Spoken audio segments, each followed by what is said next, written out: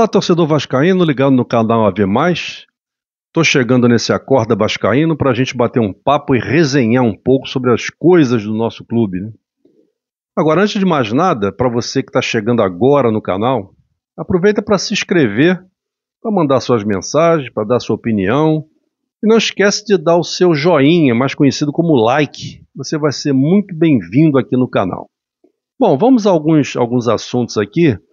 Dizer primeiro que o Vasco está nesse período aí de treinamento muito importante, já que só vai jogar no dia 12 contra o São Paulo, um jogo muito importante lá no Morumbi. E o Diniz está tendo a oportunidade, né, de vários dias treinar a equipe, né, treinar jogadas, ensaiar, treinar a parte física, a parte técnica, a parte tática, a parte mental. Ele está tendo tempo para isso. E, inclusive, está tendo tempo para reconhecer e conhecer jogadores das categorias de base, do sub-20 do Vasco. E eu até comentei há alguns dias que a oportunidade melhor de conhecer os jogadores da base, já que o Diniz disse que realmente não tinha tido tempo, e realmente não teve tempo, e jogo de 3 em 3 dias, viagem e tal, não teve tempo mesmo.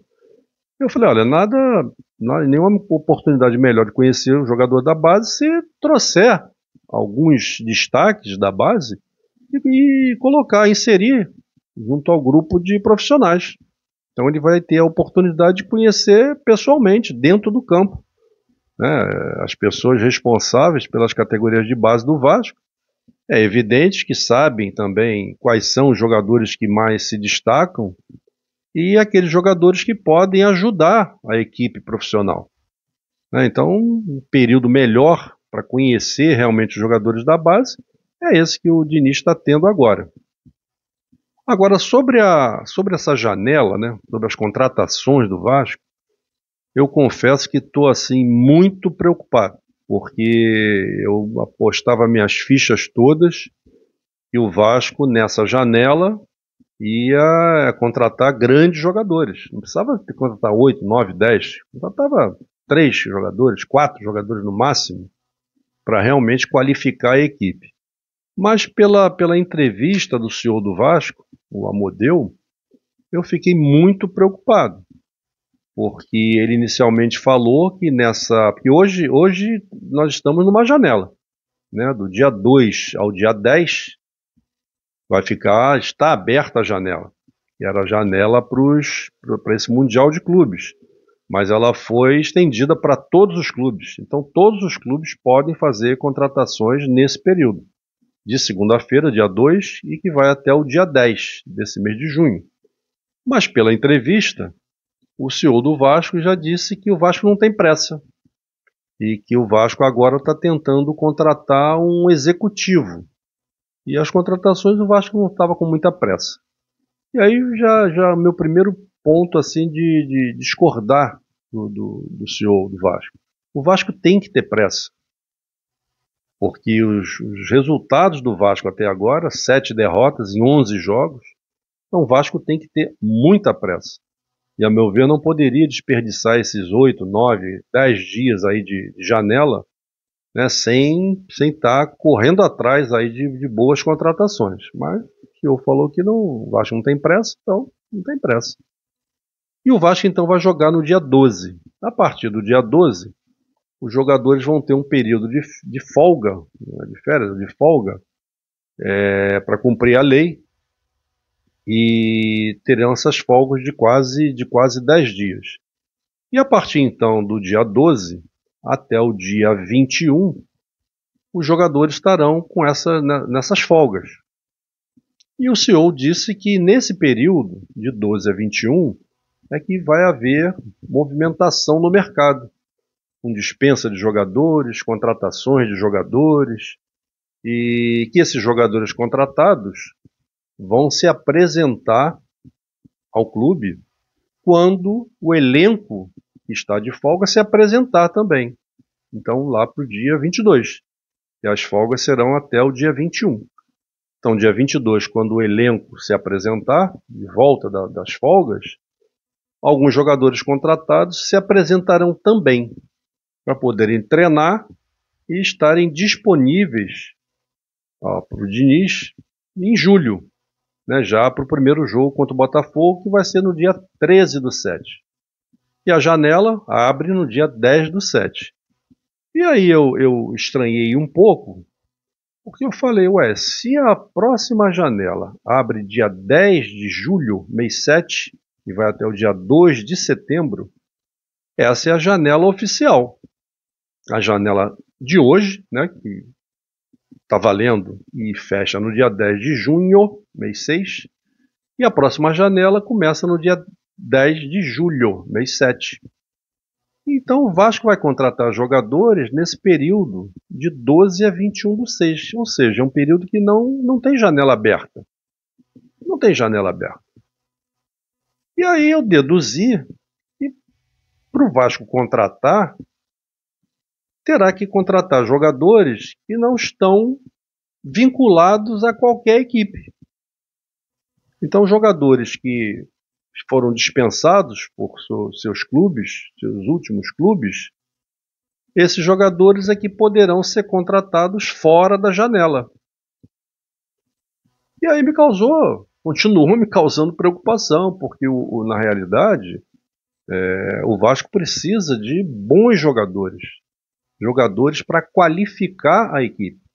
Não quer dizer também que às vezes um jogador dispensado por um clube não tenha oportunidade de ir bem no Vasco. Mas eu, sinceramente, eu esperava que o Vasco partisse para a contratação de jogadores já reconhecidamente bons jogadores, para qualificar o elenco do Vasco. Mas quando o senhor diz que para os torcedores não terem assim, uma grande expectativa, e diz que alguns jogadores serão contratados nesse período, agora de junho, né, do dia 12 até o dia 21, fora da janela, portanto. Então são jogadores que estão disponíveis porque estão sem contrato, sem vínculo com outros clubes. E aí me causa uma grande preocupação, porque na realidade o Vasco precisa de jogadores para serem titulares. E alguns desses que são titulares hoje fariam parte do banco, porque aí você qualifica os 11 titulares e você qualifica também o banco para as substituições, e não o que está acontecendo hoje, né, que você tem alguns bons jogadores nos 11, mas o banco é uma discrepância muito grande de qualidade entre quem está jogando e quem está no banco. E a contratação de grandes jogadores, né, faria com que alguns que estão jogando hoje passassem a ser banco. Automaticamente a qualidade da equipe subiria muito de patamar, né? E aí eu realmente estou muito preocupado com isso. Então o Vasco está aí num período de contratação, de executivo, e está com essa ideia de que não vai poder gastar muito dinheiro com bons jogadores. Vai contratar os jogadores que puder contratar. E aí me remete, né, a algumas contratações que realmente eu espero que o Vasco não faça mais.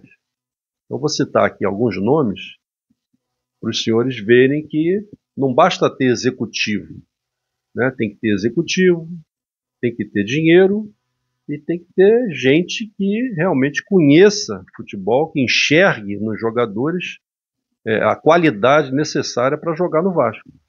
Então, por exemplo, o Vasco na época tinha executivos, né, e tinha dinheiro, aí contratou o Rojas, contratou o Galdames, o De Luca, contratou o Capasso, Serginho, o Sebastian, o Carbadial, o Praxedes, o Robson Bambu e mais recentemente o Jean Davi, o Lloyd, que ainda pode render alguma coisa, e o Garré, que ainda pode render alguma coisa.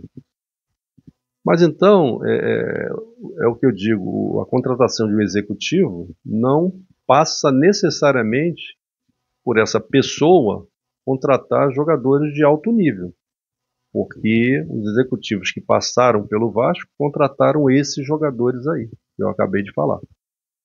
E isso causa muita preocupação.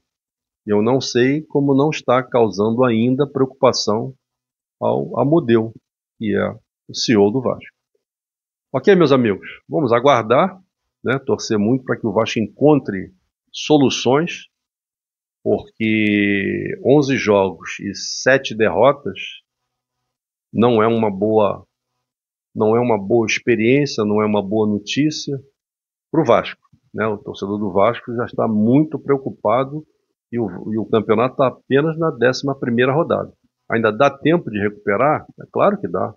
Um período grande aí de treinamento, depois mais um período maior ainda, enquanto está rolando o campeonato mundial aí de clubes.